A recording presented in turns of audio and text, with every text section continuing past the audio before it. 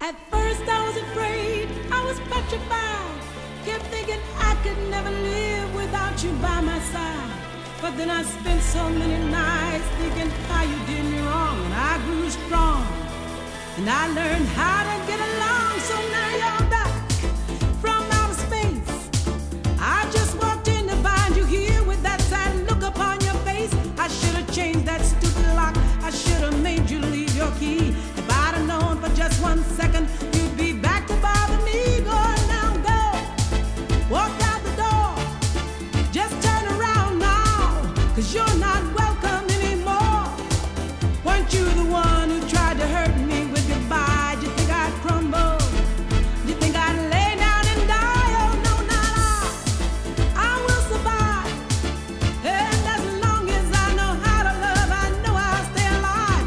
I've got all my life to live, and I've got all my love to give, and I'll survive. I will survive. Hey, hey.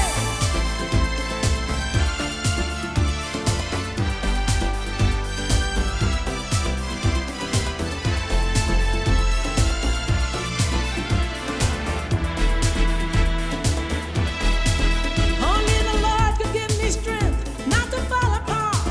Though I tried hard to mend the pieces of my broken heart. And I spent so many nights just feeling sorry for myself. I used to cry, but now I hold my head up high and you see me, somebody new. I'm not that chained up.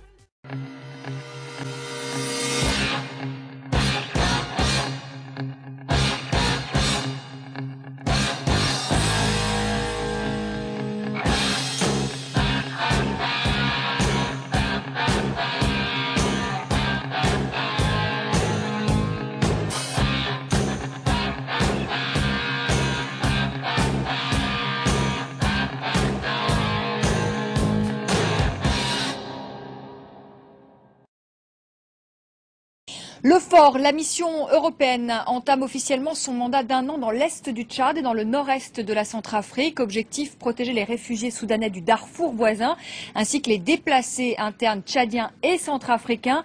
Virginie Hertz, bonjour, vous êtes à N'Djamena, Virginie, la capitale tchadienne. Alors ça commence officiellement aujourd'hui pour le Fort. Oui, effectivement, le lancement officiel est aujourd'hui parce que ce week-end, la force européenne a atteint sa capacité opérationnelle initiale. Concrètement, cela veut dire qu'en termes de logistique, tout est prêt et que le nombre minimum de soldats requis a été atteint, en l'occurrence 1700 hommes.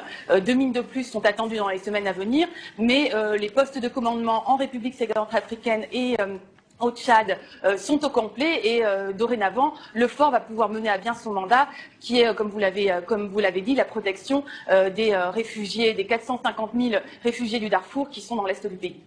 Alors ça a commencé un peu mal, hein, Virginie, pour le Fort. On rappelle qu'un soldat français est décédé il y a quelques jours lors d'accrochage avec les forces soudanaises en territoire soudanais. Alors est-ce que cela a eu un impact sur la mission de le Fort qui commence donc officiellement aujourd'hui ? Écoutez, officiellement, ce décès n'a absolument pas affecté ni entravé le déploiement de le Fort ici. Maintenant, il est certain que les soldats et que le Fort vont être particulièrement prudents. Il est par exemple notable que les patrouilles qui se font autour des camps de réfugiés sont menées à bien par des forces spéciales et non pas par des soldats de l'armée régulière et que donc il devrait être remplacé dans les semaines à venir, mais petit à petit. Autre point, c'est qu'ici à N'Djamena, qui est la base arrière de le Fort au Tchad, tous les soldats transitent et avant d'être envoyés dans l'est du pays, on leur donne des mesures, des consignes de sécurité très strictes, ainsi que des recommandations sur le comportement à avoir en fonction de la culture locale pour éviter tout incident. Merci Virginie Hertz à N'Djamena, la capitale tchadienne, avec cette information. Donc le Fort, la mission européenne, qui a entamé officiellement aujourd'hui son mandat d'1 an dans l'est du Tchad et dans le nord-est de la Today, the official launching of EUFOR, because this weekend the European force has reached its IOC. This is to say its initial operative capacity. Concretely, that means that in terms of logistics, everything now is ready, and the minimum number of soldiers has been reached. Currently, there are 1,700 soldiers here, and 2,000 more are expected. But the commanding headquarters in Central Africa and in Chad are complete, and from now on, the EUFOR can really execute its mandate, which is to protect the 450,000 refugees of Darfur, which are based in the east of the country.